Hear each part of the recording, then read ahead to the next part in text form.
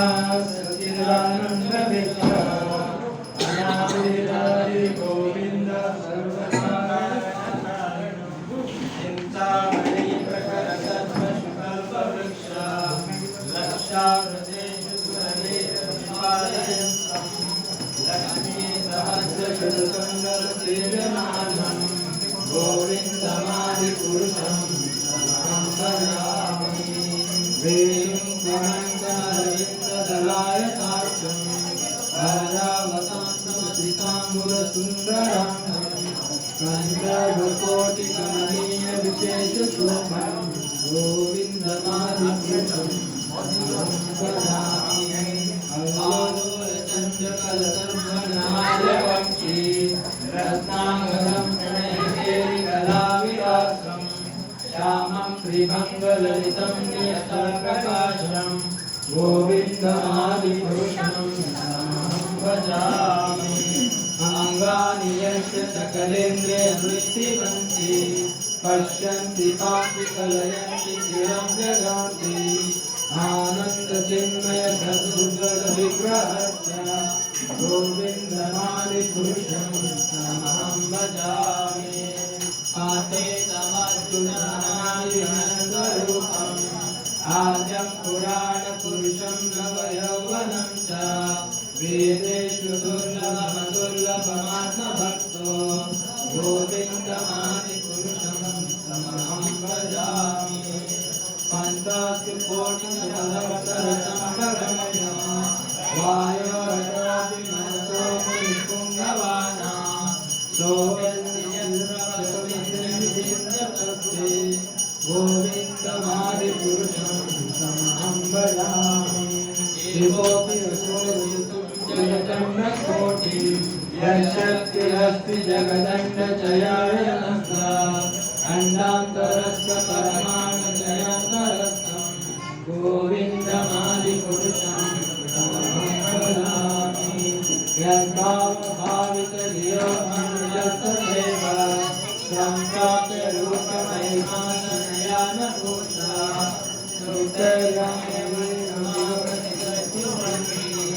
गोविन्दमादिपुरुषं तमहं भजामि आनन्दचिन्मयरसाविताभि काव्येयमनिजरूपतया कराभि गोलोकैव निवसति विनात्मभूतो गोविन्दमादिपुरुषं तमहं भजामि प्रेमाञ्जनसूर्यभक्तिविलोचनेन सन्त्वा सदैव हृदयेषु विलोकयन्ति यक्षामसुन्दरमचिन्त्य गुणस्वरूपं गोविन्दमादिपुरुषं तमहं भजामि रामादिमूर्तिषु कलानि अमेरतिष्ठन् नानावतारमकरोलभुवनेषु किन्तु कृष्ण स्वयं समभवत् परमापुमान्यो गोविन्दमादिपुरुषं तमहं भजामि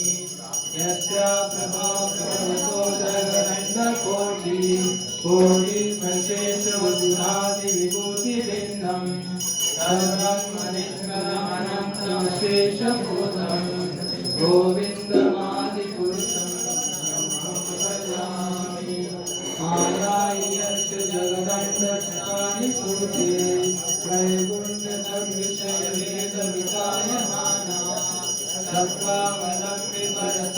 सत्त्वावलम्बितसत्त्वविशुद्धसत्त्वं गोविन्दमादिपुरुषं तमहं भजामि आनन्दचिन्मयरसात्मनयामनसु यः प्राणिनां प्रतिफलं परममुपेत्य लीलायितेन भुवनानि जयन्नजस्रं गोविन्दमादिपुरुषं तमहं भजामि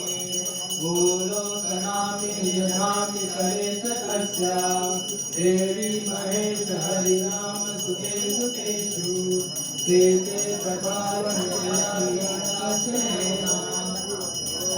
प्रभावनयनाशेनादिपुरुषं तमहं भजामि सृष्टि शुचि प्रलयाकाशशक्तिरेका ध्यायेव यस्य भुवनानि विवर्ति दुर्गा इच्छानुरूपमपि यस्य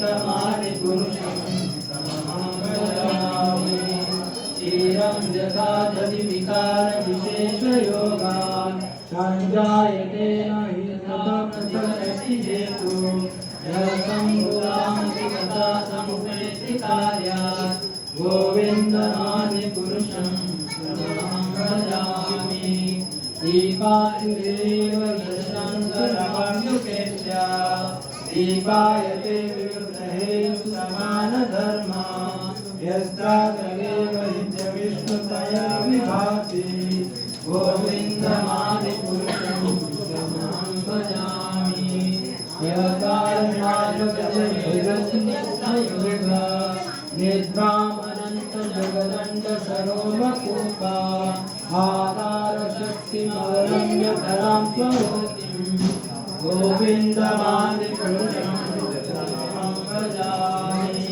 यस्यैकं तथावलम्ब्या जीवन्ति लोमविरजा जगदण्डनाथा विष्णोर्महाशयस्य कालविशेषो गोविन्दमादिपुरुषं तमहं भजामि आकाशकान्तसकलेषु निजेषु तेजा दिव्यं प्रकटयत्यरङ्गस्वरस्य ब्रह्मायेश जगदण्डविधानकर्ता गोविन्दमादिपुरुषं तमहं भजामि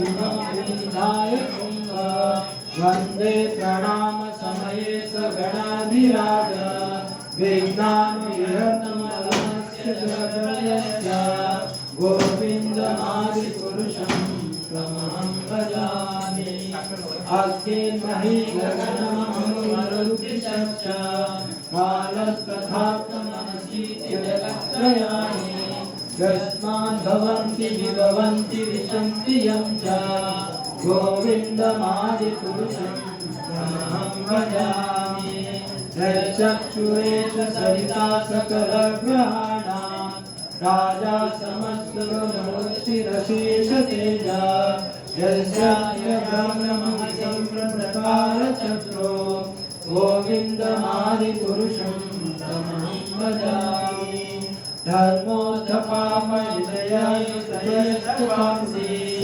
धर्मादिकीटपतगावधयश्च जीवा यद्भक्तमात्रविभवा प्रकटप्रभावा गोविन्दमादिपुरुषं तमहं भजामि यस्त्वरूपं नपेन्द्रहोक्तकर्मा बन्धानुरूपमात्मभवति कर्माणि मेधति किन्तु च भक्तिभाजा गोविन्दमादिपुरुषं तमहं भजामि यं क्रोधकामसहजप्रणयादिभीति वात्सल्यमोहगुरुगौरवसेव्यभावे सञ्चित्य तस्य सर्वशुद्धमापुरेते गोविन्दमादिपुरुषं तमहं भजामि प्रियाकान्ता कान्ता परमपुरुष सर्वपरो गुरुमा भूमि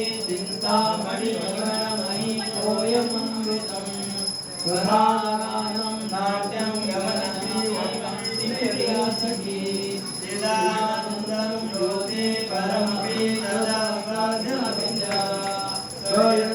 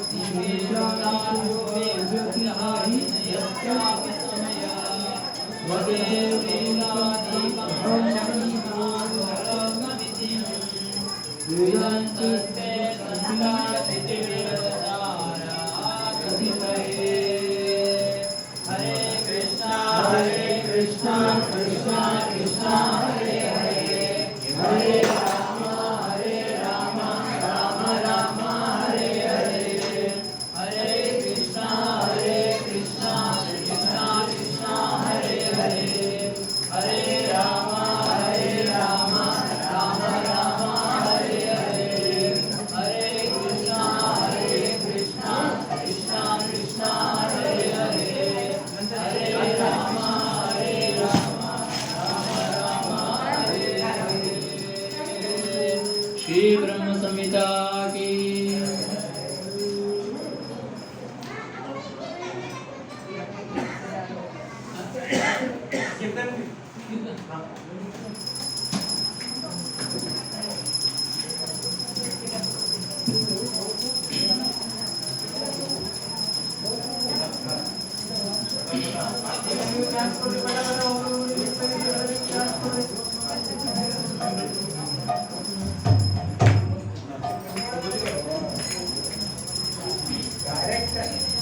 हरे कृष्णा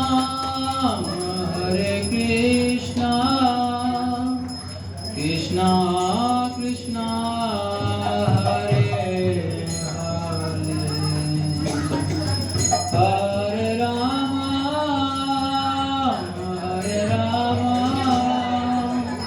राम राम हरे हरे, हरे कृष्णा कृष्णा कृष्णा हरे हरे, हरे राम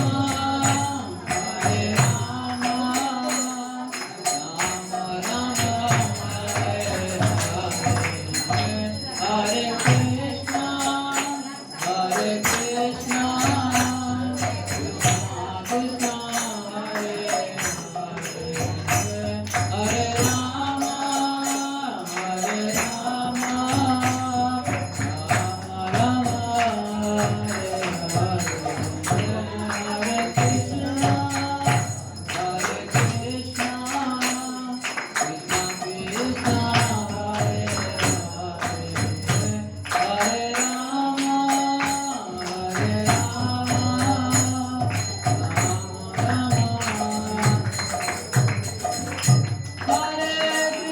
हरे कृष्णा कृष्णा कृष्णा हरे हरे, हरे राम राम राम हरे हरे, हरे कृष्णा कृष्णा कृष्णा हरे हरे, हरे राम राम हरे हरे, हरे कृष्णा कृष्णा कृष्णा हरे हरे, everybody, हरे राम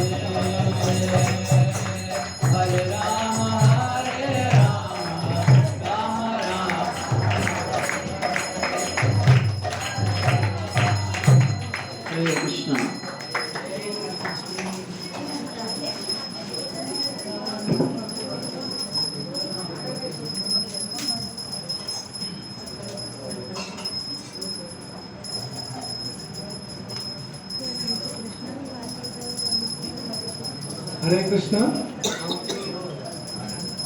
जिनके पास वैष्णव सॉन्ग्स ऐप है, नहीं तो बुक्स है, तो जय राधे जय कृष्ण जय वृंदावन ये गाना उपलब्ध है। गूगल पे भी सर्च कर सकते हैं जय राधे जय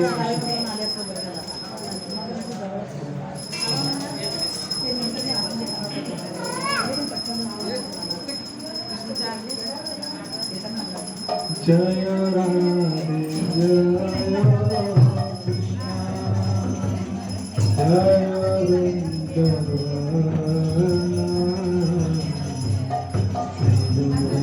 जय गोपी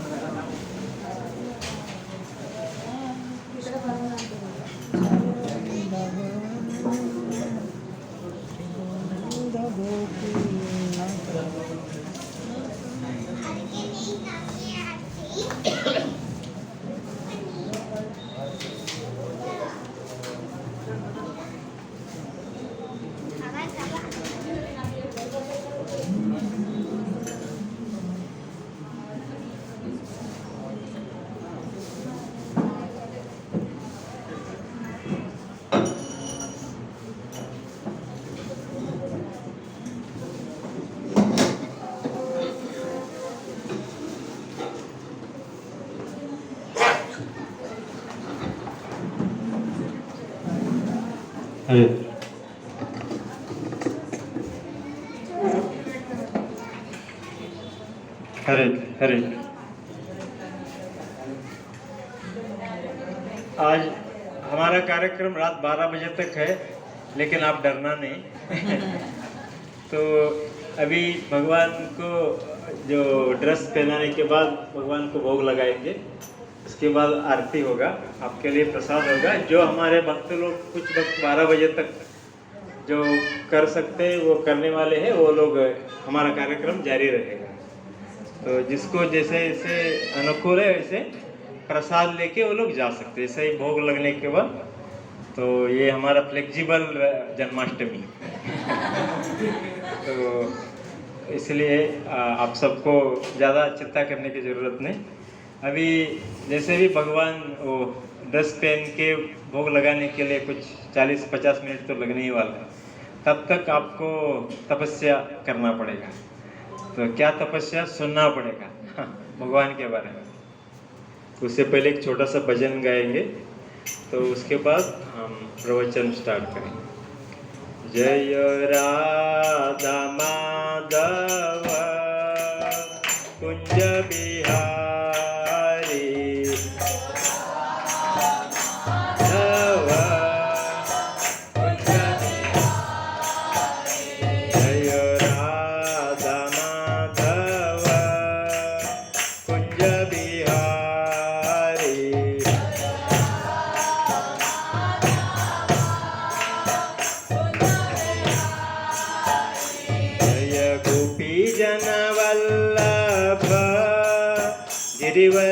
गिरिवरधारी,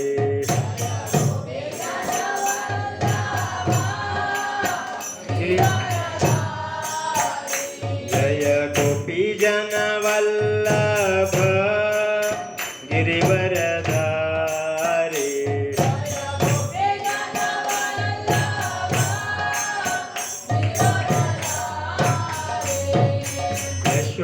यशोदानंदन व्रज जन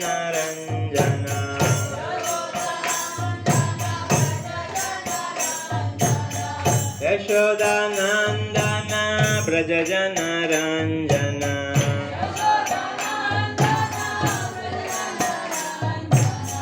यमुना तीरा वनचारी, यमुना तीरा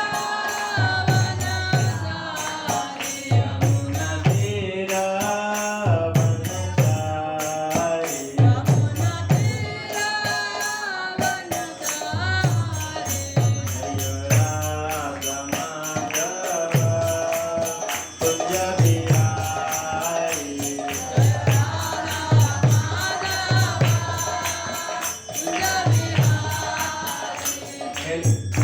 थाली बजाते हैं मेरे पीछे अभी महामंत्र बोलना है, मैं जैसा बोलता हूँ। हरे कृष्णा कृष्णा कृष्णा हरे हरे, हरे Ram Ram Ram Hare Hare.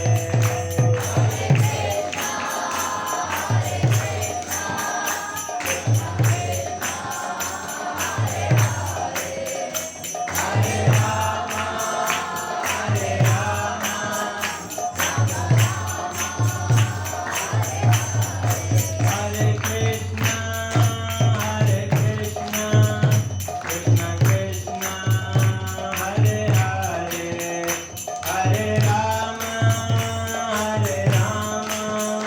Rama Rama, Hare Hare.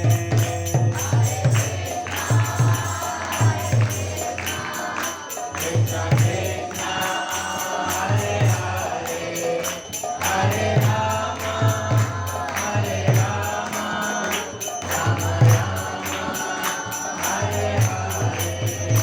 Jayo Jagannatha, Jagannatha, Baladeva Jaya Subhadra. Jagannatha, Jagannatha, Baladeva Jaya Prabhupada, Prabhupada, Prabhupada, Jaya Prabhupada.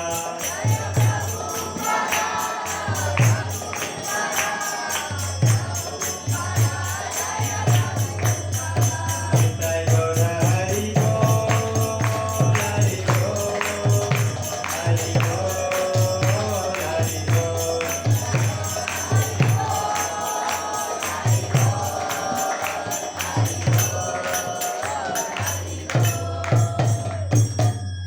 हरिनाम संकीर्तन की जय, दीन प्रभुपाद की जय, श्री कृष्ण जन्माष्टमी महोत्सव की जय, उपस्थित भक्तवृंद की जय। मेरे पीछे दोहराई है, जिसको जो बाहर भी जो खड़े हो बैठ सकते हैं चेयर वगैरह डाल के, बहुत सारे चेयर भी है हमारे पास। मेरे पीछे दोहराइए। ओम अज्ञानतिमिरान्धस्य ज्ञानाञ्जनशलाकया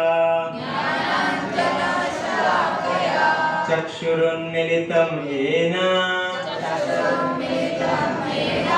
तस्मै श्रीगुरवे नमः। श्रीचैतन्यमनोभीष्टम् स्थापितं येन भूतले स्वयं रूप कदा मह्यं ददाति स्वपदान्तिकम्। नमो विष्णुपादाय कृष्णपृष्ठाय भूतले श्रीमते भक्तिवेदान्त स्वामीति नामिने। नमस्ते सरस्वती देवे गौरवाणी प्रचारिणे निर्विशेष शून्यवादी पाश्चात्य देश तारिणे। हे कृष्णा करुणा सिंधु दीनबंधु जगत्पते गोपेश गोपिका कांत राधा कांत नमोस्तुते। तप्त कांचन गौरांगे राधे वृंदावनेश्वरी वृषभानुसुते देवी प्रणमामि हरिप्रिये।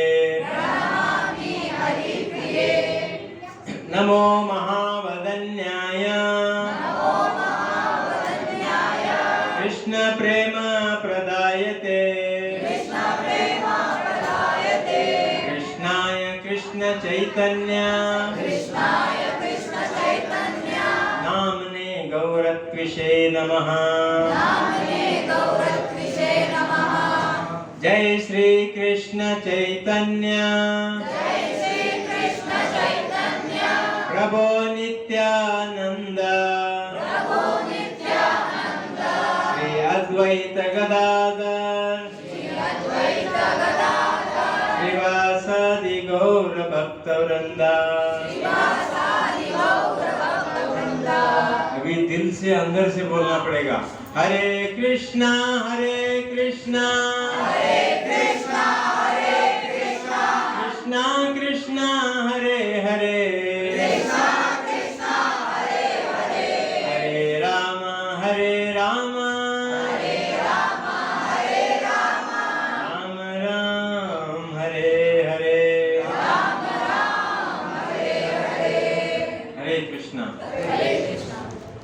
अब आज क्या है, कृष्ण के जन्मदिन पर इधर आए हैं। आज हैप्पी बर्थडे किसका है? कृष्ण का। तो इसलिए आप सबको आनंद आ रहा है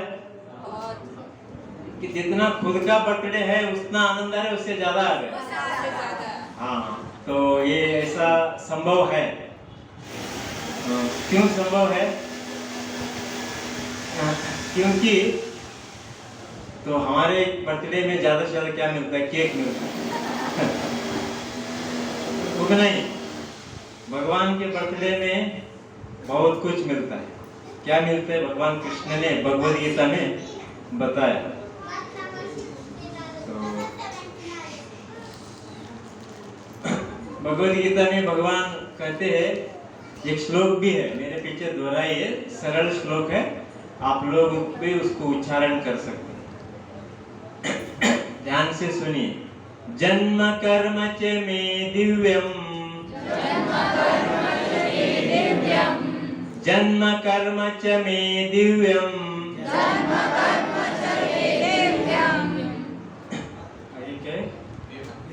एवं यो वेत्ति तत्त्वतः त्यक्त्वा जन्मं पुनर्जन्म,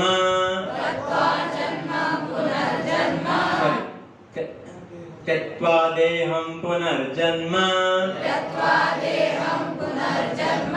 नैति मामेति सोऽर्जुन, नैति मामेति सोऽर्जुन। इस श्लोक में भगवान क्या कहते हैं? जन्म कर्म, मेरा जन्म मतलब मेरा बर्थडे और मेरा कर्म, ये दोनों दिव्य है। दिव्य है मतलब साधारण जैसा हमारा तुम्हारा जन्म कर्म जैसा नहीं है। तो इसके लिए हमारा जन्म कैसे हुआ है?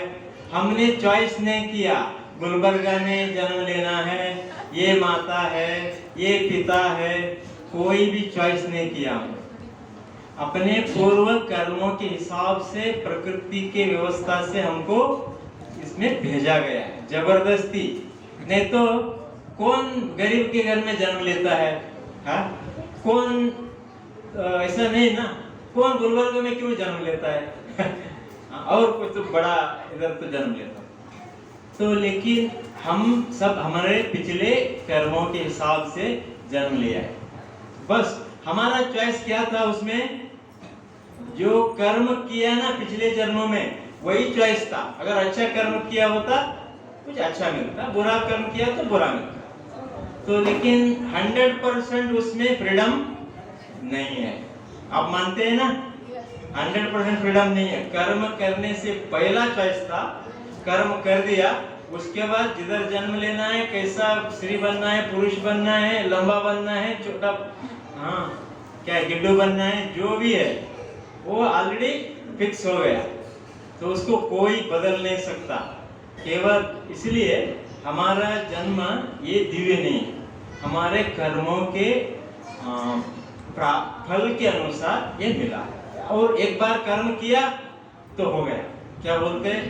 तो बंदूक से गोली निकल गया, निकल गया, कुछ नहीं कर सकता। तो जो कर्म का फल मिलना है वो मिलकर ही रहे।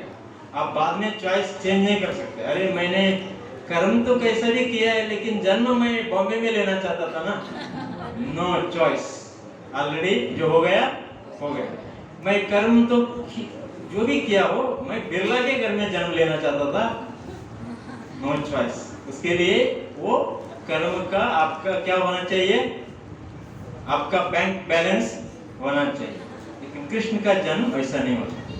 कृष्ण खुद चॉइस करते हैं कौन माता बनेगा, कौन पिता बनेगा, हाँ किसका घर में जन्म लेना, हॉस्पिटल में लेना है कि जेल में लेना है, सब वो खुद चॉइस करता है। ये उनका क्या है, दिव्य, खुद चॉइस करता है जो भी। तो इसको कैसा समझ में आता है, भागवत के 10वें स्कंद में समझ में आता है।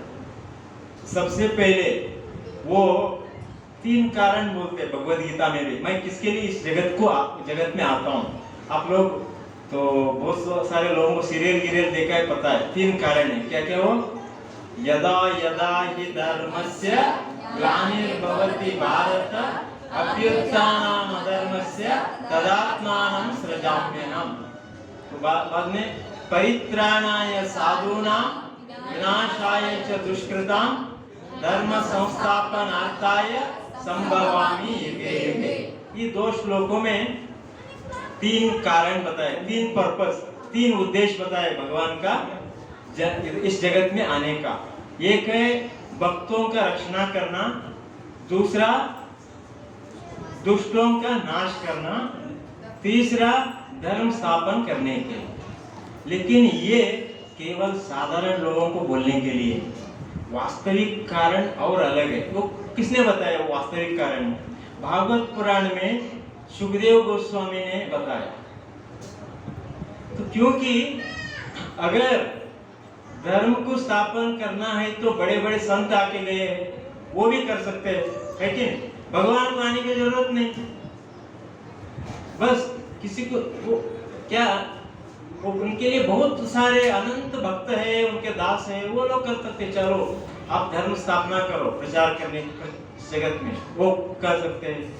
दूसरा, भक्तों को रक्षणा करने के लिए आना है तो हाँ खुद आते हैं, हाँ वो भी उधर ही बैठ के कर सकते हैं, लेकिन उनका एक स्वभाव है खुद आते हैं।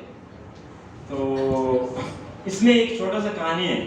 एक बार अकबर बीरबल का समाज में अकबर कहता है बीरबल को, अरे आपका ये हिंदू भगवान है ना, कृष्ण भगवान या राम भगवान, आप बोलते हैं कि भक्तों को रक्षणा करने के लिए खुद क्यों आते हैं? वो उनका बहुत सारे सेवक हैं, उनको भेज सकते थे ना, खुद क्यों आते हैं? तो बीरबल कहता है कि हुजूर इसका उत्तर मैं 8 दिन के बाद दूंगा। तो तब क्या हुआ कि बीच में ये जो वार्तालाप होने के 2-3 दिन के बाद अकबर उनके सारे परिवार के साथ पिकनिक गए, बच्चे, बहू, पोते सबको लेके, और वो मथुरा के जंगल में घूम के, और बाद में यमुना की नदी में क्या बोटिंग कर रहा था। तो अचानक क्या हो गया, बीरबल ने कुछ तो योजना करके अकबर का एक ग्रैंडसन, क्या बोलते हैं हिंदी में, पोता, पोता को धक्का मार दिया नदी में, धक्का मार दिया। किसी को पता नहीं चला, केवल बीरबल को पता था और किसी एक को पता था। पोता को धक्का मार दिया, वो पानी में चला गया ना, तो अभी डूब के मरने ही वाला है वो। तुरंत कौन छलांग मारा? अकबर भी छलांग मारा, साथ में सैनिक भी मार दिया, क्योंकि उनके साथ वो क्या ब्लैक कमांडो बोलते हैं ना, वो सब रहते हैं। तुरंत 4-5 सैनिक छलांग मार दिया, उस तुरंत 1 मिनट में उस बच्चा को उन्होंने बचा लिया, बच्चा के ऊपर लाया। अकबर भी ऊपर आया। ऊपर आने के बाद परेशान हो गए, क्योंकि मजा किरकिरा होता था ना, और डूब गया तो बाद में कैसे भी संभाल के वोटिंग खत्म हुआ, शांत हो गया। और बाद में बीरबल बोलता है, जी हुजूर आपने प्रश्न पूछा था 8 दिन पहले, उस प्रश्न का उत्तर देता हूँ। हाँ क्या प्रश्न पूछा था? ऐसे प्रश्न पूछा था, फिर क्या उत्तर है? उत्तर देने से पहले मैं कुछ आपको कहना चाहता हूँ। आपका पोता पानी में गिर गया, आप क्यों छलांग मारे? ऐसा उनको प्रश्न पूछा। अकबर ने क्या बताया? क्या दिमाग है क्या आपको? मेरा पोता है ना वो, इसलिए मैं छलांग मार। मेरा पोता। अरे जी हुजूर, आप तो सारे बादशाह, क्या भारत के बादशाह है, आप हिंदुस्तान के बादशाह है, इतना सैनिक है, वो छलांग मारते थे ना, आप क्यों मारा? वो क्या बोलता है अकबर, आपका दिमाग खराब है। अरे मेरा पोता है ना वो, मतलब मेरा पोता है तो हमको दर्द होता है ना, इसलिए मैं पहले छलांग मारा। तो तब वो बीरबल बोलता है, वो भगवान, हिंदू भगवान अपने भक्तों को रक्षा करने के लिए क्यों खुद आते? इसलिए आते, उसको खुद दर्द होता है, इसलिए आता। तो ये उत्तर आपको मिल गया, क्योंकि वो भगवान भक्तों का रक्षा करने के लिए खुद आते। और दूसरा, दुष्टों को नाश करने के लिए आते। दुष्टों को नाश करने के लिए आते भगवान। अगर भगवान दुष्टों को नाश करने के लिए खुद आने की जरूरत है क्या? नहीं जरूरत, कुछ जरूरत ही नहीं, उधर ही बैठ के स्विच ऑफ कर सकते हैं। अभी कोरोना में किया ना, लाखों लोगों का स्विच ऑफ किया बैठे। क्यों आना इधर एक दो व्यक्ति के लिए? भगवान वास्तव में क्या करते हैं, वो सब कारण के आते हैं, लेकिन वो मूल कारण नहीं है। मूल कारण क्या है? भागवतम में बताया। इस जगत में सब लोग क्या चाहते हैं? एंजॉय करना चाहते हैं, है कि नहीं? हाँ, सब लोग आनंद करना चाहते हैं। और दूसरा क्या करना चाहते हैं इस जगत में? एक कारण, मतलब वो दो बात में एक ही कारण पड़ता है। हम सब किसी को प्रेम करना चाहते हैं, और दूसरा हमको प्रेम करे, हम ये चाहते हैं।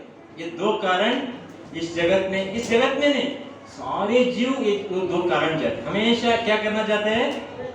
एंजॉय करना चाहते हैं। और दूसरा, खुद प्रेम करना चाहते हैं या दूसरों से प्रेम का अपेक्षा करते हैं। तो लेकिन ये दोनों इस जगत में बार बार हम प्रयास करते हैं, बार बार विफल होते हैं। सत्य है। आप लोग चाहिए तो घर में जाके आप क्या करो, विचार करो। इस जगत में हम हमेशा एंजॉय करना चाहते हैं, लेकिन एंजॉयमेंट मिलता ही नहीं। कितना भी बड़ा पार्टी करो, 2 घंटे का, 3 घंटे का, उससे ज्यादा। और वो भी सही पार्टी है तो सही है, गलत पार्टी है तो सुबह बहुत तकलीफ होने वाले है कि नहीं? हाँ, इसीलिए पार्टी में भी एंजॉय नहीं मिलने वाला। पिकनिक गए तो कितना, एक दिन का एंजॉय, तो शाम को वापस आना ही पड़ेगा। शादी किया तो कितना दिन का एंजॉयमेंट? 6 महीने का एंजॉयमेंट। आजकल वो भी नहीं मिल रहा क्या है? तो 2-2 महीने में लोग डाइवोर्स करते हैं, मतलब इसका मतलब वो भी नहीं मिल रहा है क्या है? तो इसीलिए इस जगत में हम बार बार एंजॉय करने का प्रयास करते हैं। तो कभी कभी स्टूडेंट सोचता है मेरा डिग्री खत्म होने के बाद एंजॉय करूंगा, तो डिग्री एग्जाम लिखता है, रिजल्ट आता है, बहुत एंजॉय करता है, लेकिन कितना दिन का? 1 ही महीने का। नेक्स्ट दूसरा जॉब और ये सब टेंशन शुरू हो जाता है। तो कभी कभी जॉब भी मिल जाता है, बहुत अच्छा, इंजीनियरिंग में टॉपर पास किया और कैंपस इंटरव्यू हुआ, बड़ा इन्फोसिस या TCS, इसमें साल का पैकेज क्या 20 लाख 30 लाख, ये सब इतना भी बड़ा मिल गया समझो, तो भी सच में एंजॉयमेंट मिलेगा ऐसा लगता है। 6 महीने ड्यूटी करने के बाद पता चलता है वो ऊपर से धक्का मारते हैं वो लोग, क्योंकि पैसा ऐसे ही नहीं देते, ऊपर से सर के ऊपर बैठते काम करो करके, तो वो भी एंजॉय नहीं है। बाद में लगता है शादी किया तो एंजॉय लगता है, शादी भी करते हैं। इस तरह से कैसे भी करो इस जगत में हमको आनंद शाश्वत रूप में मिलता नहीं, लेकिन हम चाहते हैं शाश्वत रूप में, लेकिन मिलता नहीं। ये पहली बात। दूसरी बात, हम किसी को प्रेम करना चाहते हैं, बहुत बार वो प्रेम ज्यादा दिन तक टिकता ही नहीं। कितना भी गिफ्ट दे दो, कुछ भी करो, हाँ, टिकता ही नहीं। हाँ, तो क्योंकि इसलिए लोग कभी कभी लोग नहीं मिलते, इसलिए कुत्ता को प्रेम करते हैं, बिल्ली को प्रेम करते हैं। हाँ, है ना, लोग वो कुत्ता को क्या क्या सेवा करते हैं, बेडरूम में साथ में रखते हैं, उसको ब्यूटी पार्लर लेके जाते हैं। तो क्योंकि हमारे अंदर वो स्वभाव है किसी को प्रेम करना, फिर भी हम विफल हो जाते हैं।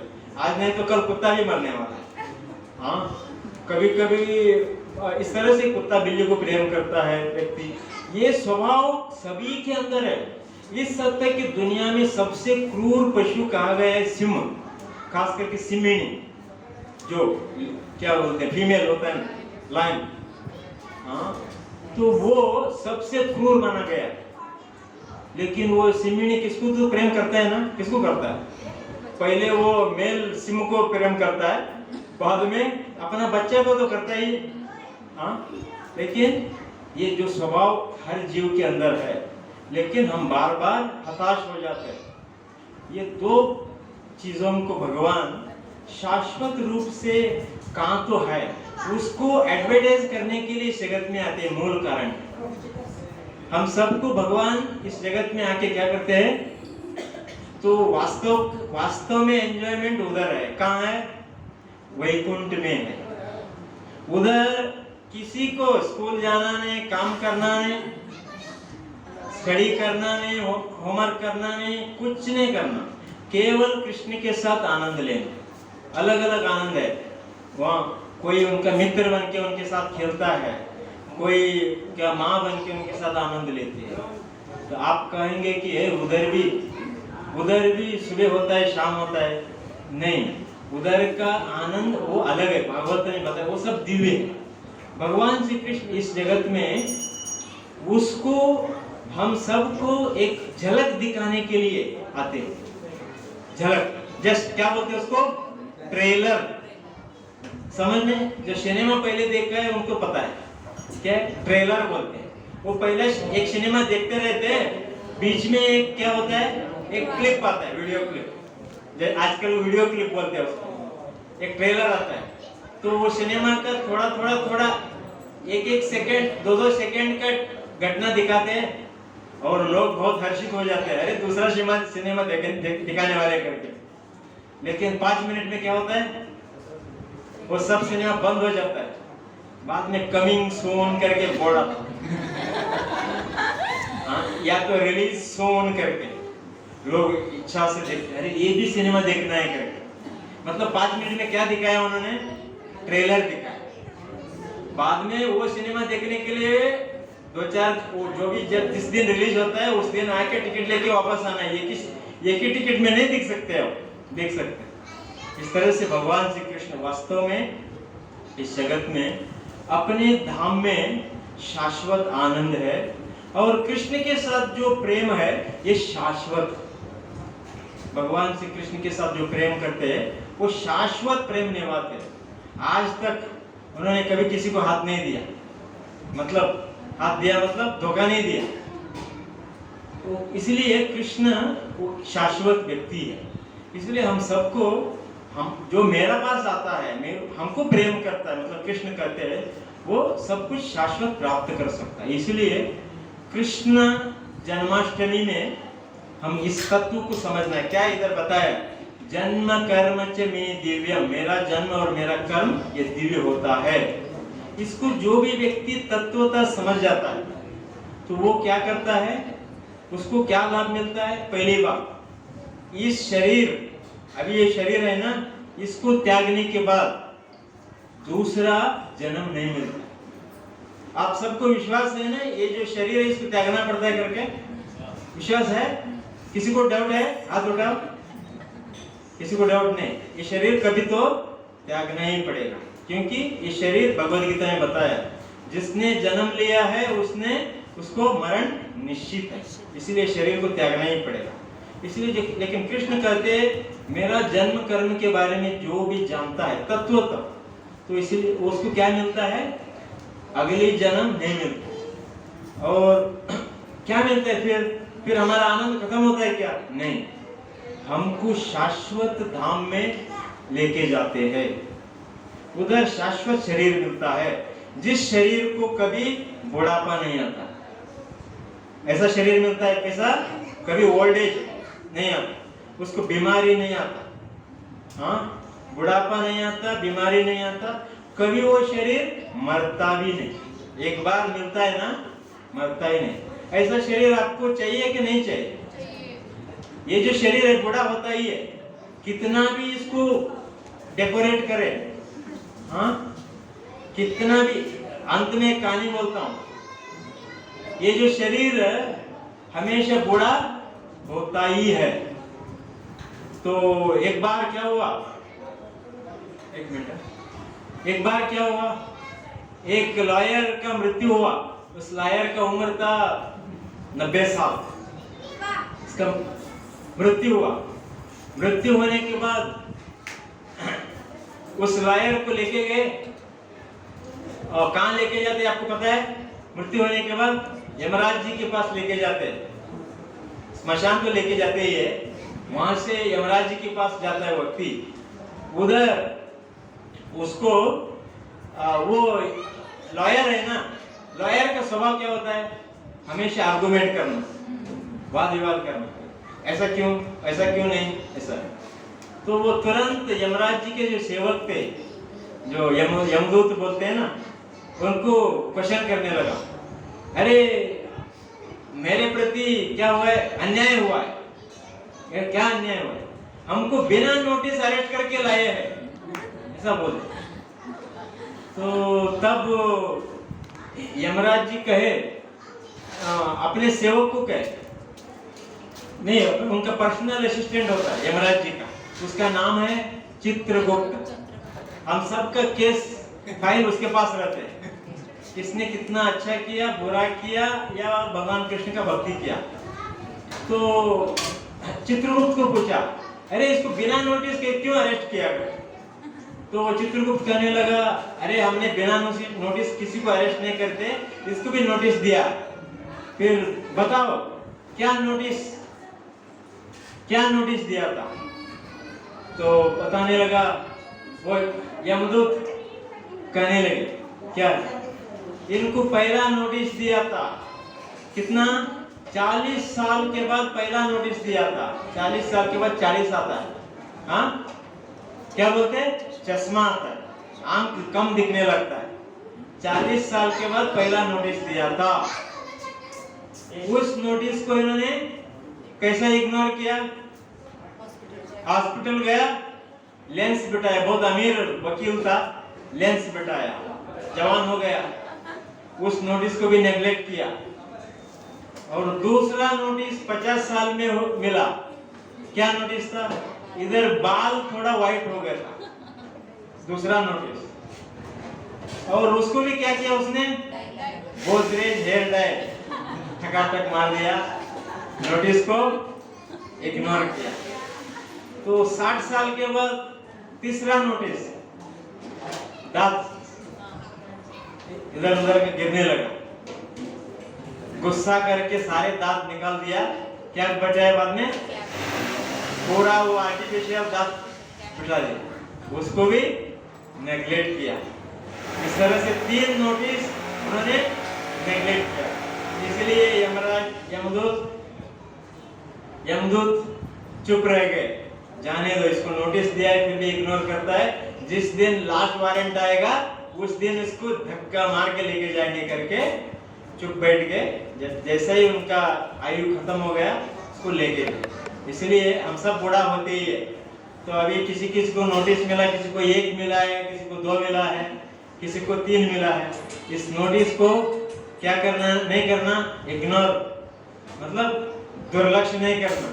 याद रखना कि इस शरीर को कभी तो त्यागना ही है। इसलिए भगवान कृष्ण कहते हैं, अगर हम कृष्ण के बारे में तत्वतः अगर हम जानेंगे तो क्या मिलेगा? तो हम अगला जीवन हम क्या नहीं करेंगे, इस शरीर को प्राप्त नहीं करेंगे। तो फिर तो कृष्ण का जन्म विशेष है।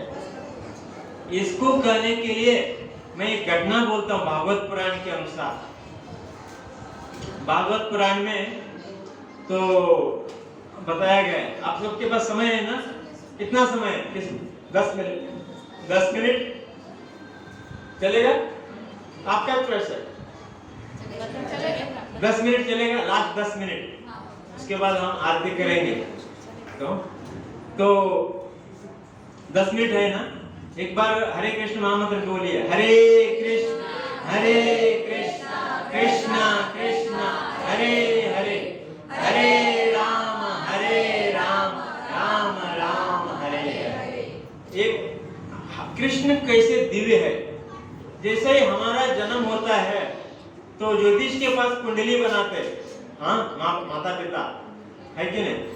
तो उसमें नक्षत्र, क्या ग्रह तारा नक्षत्र, ये सब टाइम सब शुभ है अशुभ है, सब कैलकुलेशन करके बोलते हैं। तो कृष्ण के जन्म के समय सबसे शुभ नक्षत्र था रोहिणी नक्षत्र। वो सब शुभ स्थान पर आके बैठा। बताया जाता है ज्योतिष शास्त्र में तो ये जो रोहिणी नक्षत्र ब्रह्मा जी के एक दिन में एक बार ही ऐसे शुभ स्थान पर आके बैठते होते। तो वो कब किस ऐसे विशेष दिन में आके वो उस स्थान पर बैठते। और ब्रह्मा जी ने क्या बोला है उस रोहिणी नक्षत्र के इंचार्ज को, अरे कल कृष्ण का जन्म जो होने वाला है, हाँ, सही पोजीशन में जब खड़े हो जाओ, है कि नहीं?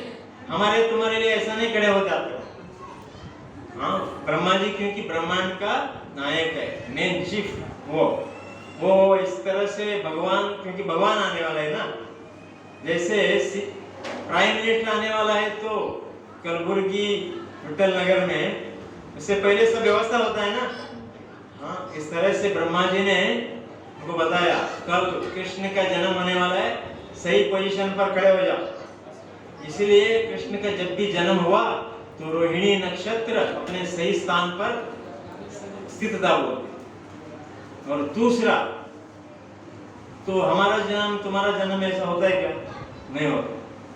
तो क्योंकि हमारे कर्मों के हिसाब से होता है, लेकिन कृष्ण का जन्म के हिसाब से कृष्ण को शुभ करने के लिए सारे ब्रह्मांड में देवी देवता इस तरह से अलर्ट पोजीशन में रहते हैं। तो एक है।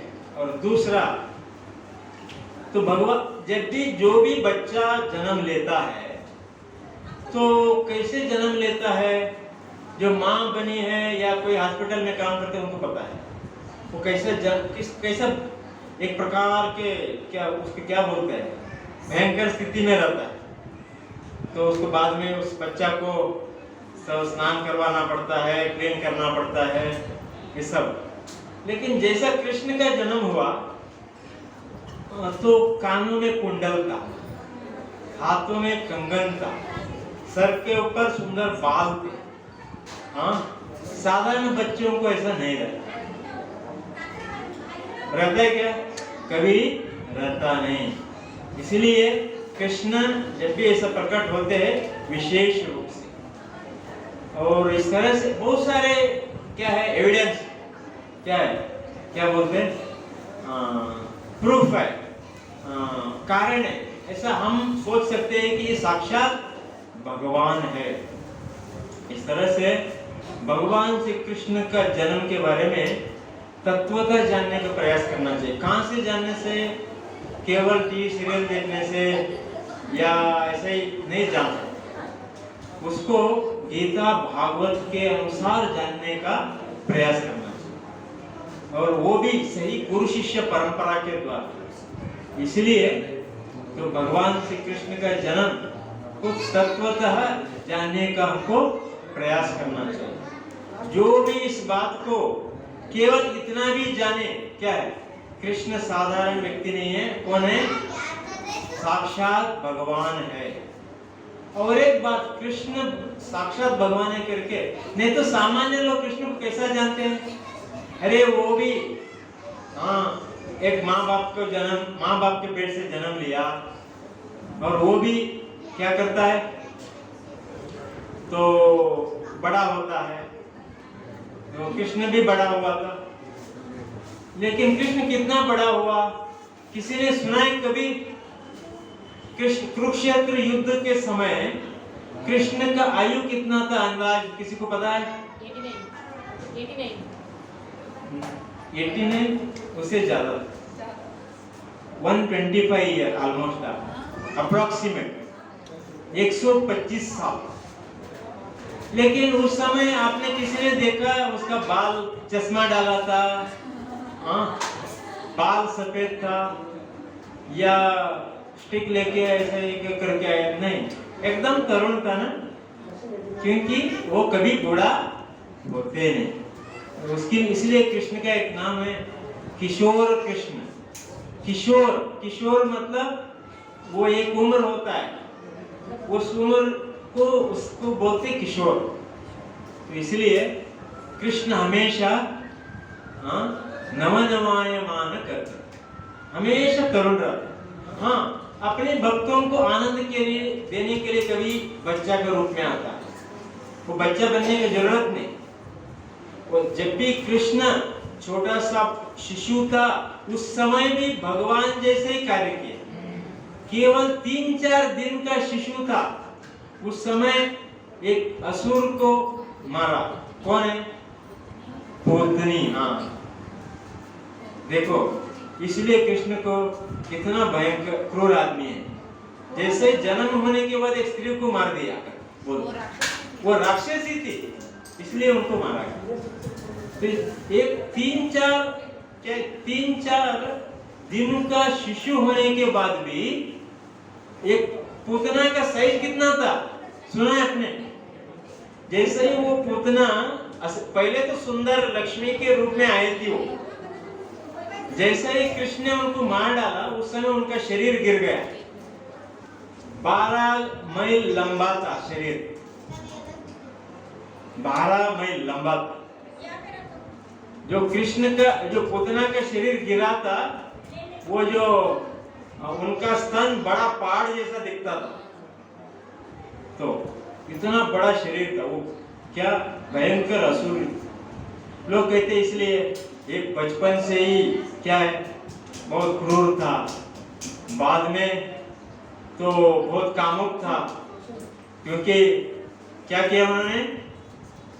दूसरों को कन्याओं के साथ डांस किया, रास नृत्य किया। लोग ये नहीं करते उससे पहले क्या क्या किया करते। अरे उन्होंने नृत्य किया 8-8.5 साल के समय पर उस कन्याओं गोपियों के साथ रास नृत्य किया। लेकिन उसके पहले ही 1 साल पहले ही उन्होंने एक अद्भुत घटना किया था, उसको बोलते ही नहीं लोग। क्या किया था? अरे 7 साल की उम्र में एक गोवर्धन बड़ा पहाड़ उठाया था उन्होंने। उस पहाड़ का अभी भी प्रदक्षिणा करने के लिए जाएंगे, हम लोग जा रहे हैं कार्तिक में। 22 किलोमीटर है एक राउंड डालने के लिए। वो पर्वत कितना बड़ा रहेगा? इस पर्वत को कृष्ण ने ऐसा नहीं कि वो वेट लिफ्टिंग करते हैं ना ओलंपिक में, ऐसा नहीं उठाया। उनका मुंह कैसा रहता है वेट लिफ्टिंग करने वालों का? हाँ, बहुत सुंदर रहते हैं क्या? नहीं, तो याद भी नहीं करना चाहिए वो कैसा मुंह रहता करके। ऐसे वो लोग 2-4 मिनट के लिए उठाते, लेकिन कृष्ण ऐसा उठाया कि वो पर्वत कितना दिन के लिए उठाया? 7 दिन के लिए उठाया।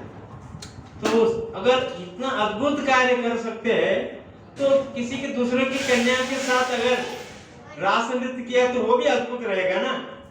वो ऐसा साधारण लड़का लड़की कहाँ तो ड्रामा में सिनेमा में डांस किया जैसा नहीं रहेगा, उसमें भी अद्भुत था।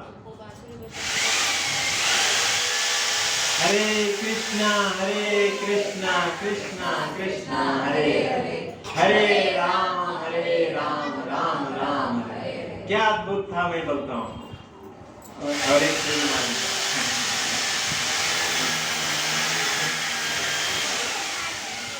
तो कृष्ण अकेला था, है कि नहीं? गोपियां कितने थे? शास्त्र में कहते करोड़ों करोड़ों गोपियां थे वो। कृष्ण अकेला था, लेकिन हर गोपी के साथ हर गोपी के साथ कृष्ण, हर एक गोपी के साथ एक एक कृष्ण था। हर एक गोपी को लगता था कृष्ण केवल मेरे साथ डांस कर रहे। ऐसा कभी साधारण लोगों के साथ होता है? कभी कभी लोग शौक में दो शादी करते हैं, वो कितना तकलीफ में आ जाता है। हाँ हाँ, तो क्योंकि इसको संतुष्ट किया तो ये ठीक नहीं रहते, इसको संतुष्ट किया ये ठीक नहीं रहते। लेकिन कृष्ण ऐसा किया क्या? उन्होंने 16,108 शादी भी किया, लेकिन एक भी स्त्री ने कभी ऐसा कैसा शाप नहीं दिया, ये ऐसा है वैसा है करके। लेकिन हर एक स्त्री ऐसा थी, भागवत पुराण में कहा गया है, एक एक स्त्री को 10 लड़के थे संतान, एक लड़की, कितना संतान था टोटल? 11। ऐसे कृष्ण का 16,108 रानियों को संतान थी, है कि नहीं? ये सब कोई साधारण लोग कर सकते? नहीं कर सकते। और उसके बाद भी जो संतान बड़े हुए तो उनका भी शादी करके दिया कृष्ण ने, सारे संतान का। और इतना उम्र होने के बाद भी, मतलब होने के बाद भी हर एक रानियां सोचती थी, बोलते भागवत पुराण में है, जैसा नए नए शादी करने के बाद लोग रहते हैं ना, ऐसा सोचती थी। पर हर एक रानी कृष्ण कब आएगा, कब उनको मैं सेवा करूंगा, कैसे ड्रेस पहन के खड़ा हुआ तो कृष्ण प्रसन्न होगा, कैसे गहने पहना, कब कौन सा उम्र में, जैसा बच्चा हुआ है बच्चे को भी शादी हुआ है। फिर क्यों? क्योंकि कृष्ण सर्वाकर्षक है, वो कभी बूढ़ा नहीं होता कभी, इसलिए कृष्ण हमेशा दिव्य है उनका कार्य। ये सब डिटेल में लोग बोलते नहीं और सुनते भी नहीं। लोग सोचते हैं कृष्ण ने वैसा किया वैसा किया नहीं, लेकिन वास्तव में कृष्ण के बारे में अगर आप जानना चाहते हैं तो हर रविवार को इधर सत्संग होता है, आप हर रविवार को आइए। गीता भागवत में इसके बारे में बहुत विस्तार में बताया गया है, जानने का प्रयास कीजिए। केवल कृष्ण के बारे में इतना जाना तो बस आपका वैकुंठ में टिकट बुक हो गया, वो भी कंफर्म, आरएसी गिरेसी ने। हाँ, ट्रेन कभी कैंसिल नहीं होता, कंफर्म। हाँ, मत भगवान ने क्या दिया है? विश्वास दिलाया। जब भी कृष्ण बोलते हैं ना, उसको कभी फेल नहीं होता। आज तक किसी ने किसी को अगर प्रॉमिस किया है ना, कृष्ण ने उसको कभी नहीं किया। तो इसलिए तो हम सब लोग इसके ऊपर विश्वास रखना चाहिए। बस इसके बारे में, गीता भागवत के बारे में जानना चाहिए। हाँ, और एक रहस्य, कृष्ण के बारे में कौन जान सकते हैं? भगवान ने बताया इसमें भगवत गीता में, भक्तोसी में केवल भक्तो, कृष्ण बोलते हैं भगवत गीता में, भक्ति में हमको जान सकता है। इसका मतलब क्या है? कृष्ण के बारे में जानने के लिए क्या बनना पड़ेगा? भक्त बनना पड़ेगा। यही सीक्रेट है। जो कृष्ण का भक्त बनता है वही कृष्ण के बारे में जान सकता है। कृष्ण का भक्त बनने के लिए क्या क्या करना पड़ेगा?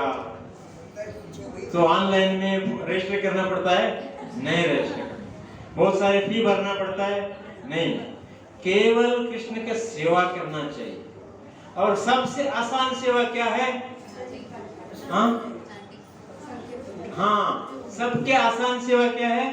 भगवान का नाम लेना सबके आसान सेवा। सबसे एक बार मेरे पीछे दोहराइए, हरे कृष्णा हरे कृष्णा कृष्णा कृष्णा हरे हरे हरे राम राम राम हरे हरे। इस तरह से भगवान का हर रोज 5 मिनट 10 मिनट अगर नामस्मरण करते, वो कृष्ण का भक्त माना जाता है। इसलिए आप सब लोग इस आसान तरीका को अपनाइए और अपना जीवन को सार्थक कीजिए। और अंत में और एक अनाउंसमेंट है, जो वैभव रीति से एक बड़ा जन्माष्टमी कर रहे हैं, मना रहे आने वाले रविवार में। कहाँ है? तो इधर जेवर्गी क्रॉस के पास मालू अपार्टमेंट में। आप सब लोग इस कार्यक्रम में भी भाग लीजिए। उधर भी बहुत सारे भक्त लोग बाहर से आ रहे और गुलबर्गा के कलबुर्गी के निवासी भी आ रहे। उस कार्यक्रम में बहुत सारे मतलब अलग अलग